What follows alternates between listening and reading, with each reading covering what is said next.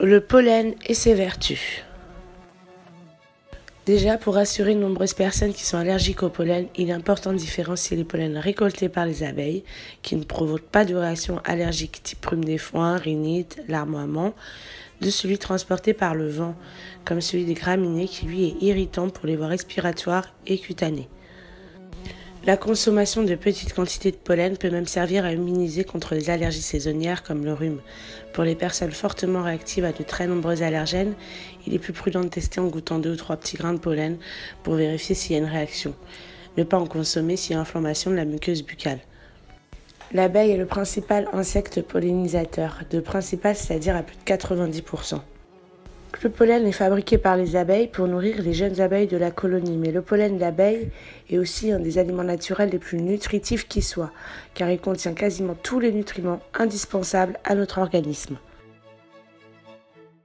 Le pollen est soigneusement butiné de fleur en fleur par les abeilles. Il possède une haute teneur en protéines. Il est composé d'environ 40% de protéines, en acides aminés libres, en vitamines, y compris les vitamines du groupe B, en acide folique. C'est un aliment complet. Il est d'ailleurs plus riche en protéines que n'importe quel autre aliment d'origine animale. Il contient plus d'acides aminés que la viande de bœuf, les œufs ou le fromage à poids égal. En plus, la moitié de ces protéines sont sous forme d'acides aminés, ce qui signifie que notre organisme peut en profiter dès l'ingestion du pollen. Une cuillère à café de pollen représente un mois entier de butinage d'une abeille, à raison de 8 heures par jour. Chaque granule de pollen contient plus de 2 millions de grains de pollen de fleurs. À l'échelle d'une seule cuillère à café, ça représente plus de 2,5 milliards de graines de pollen de fleurs. J'ai mis ici la composition du pollen.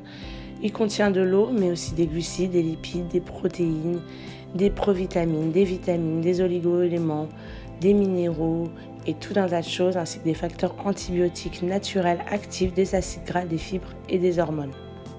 Quelques-uns de ses effets bénéfiques: il booste l'énergie et la vitalité, il soulage les troubles cutanés, il évite les problèmes d'asthme, il soulage les allergies saisonnières, il facilite la digestion, il stimule le système immunitaire, il soigne les troubles addictifs, il renforce le système cardiovasculaire, soulage les douleurs de la prostate et, on le sait depuis peu, combat les problèmes d'infertilité.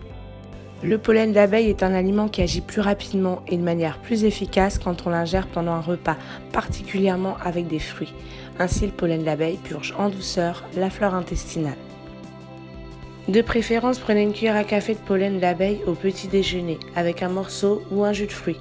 Pourquoi avec du fruit? Parce que la haute teneur en fibres des fruits, l'hémicellulose, accroît les bienfaits du pollen. Mais vous pouvez très bien le manger sur du miel, dans un yaourt, sur une tartine de pain beurré, en boisson. On met de l'eau fraîche, une cuillère de miel, une cuillère de pollen, c'est ce qu'on appelait autrefois l'hydromel des petits garis. Le pollen frais, appelé aussi pollen cru, est 100 fois plus concentré en ferments lactobacilles que le pollen séché et beaucoup plus riche en vitamines. La consommation de pollen frais est un excellent régulateur du système digestif et du transit. Il améliore l'état des personnes souffrant de colopathie fonctionnelle et de la maladie de Crohn, en associant fibres, ferments lactiques et caroténoïdes. Par exemple, le pollen de saule est indiqué pour les troubles de la prostate et pour prévenir ou retarder le vieillissement oculaire. Le pollen de châtaignier, lui, c'est pour lutter contre les troubles de la ménopause. Celui de bruyère favorise la mémoire et il est recommandé pour les problèmes circulatoires. Donc en plus du pollen frais, on a le pollen sec, qui est en fait du pollen frais séché. On a le pain d'abeille aussi, qui est la nourriture des abeilles. C'est un mélange de pollen frais, de sécrétions faites de miel, de nectar et d'enzymes. Il est riche en lipides, protides, acides aminés. Voici le pain d'abeille dans la ruche et le pain d'abeille prêt à consommer pour nous. Alors sachez que le pollen ne représente pas d'effets secondaires ni d'effets d'accoutumance. Il peut donc être sans danger pris pendant plusieurs mois d'affilée. L'idéal étant de faire des cures de 6 semaines en période d'intersaison, au printemps et en automne.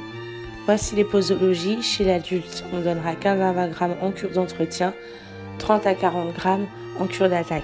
Chez l'enfant, 4 à 8 grammes pour les enfants de 3 à 6 ans, 8 à 12 grammes de 6 à 12 ans et 12 à 15 grammes de 12 à 16 ans. On ne donne pas de pollen à un bébé, on commence à donner à un enfant à partir du moment où il a une alimentation diversifiée. Merci d'avoir regardé cette vidéo et à bientôt sur la chaîne Angèle Jardine.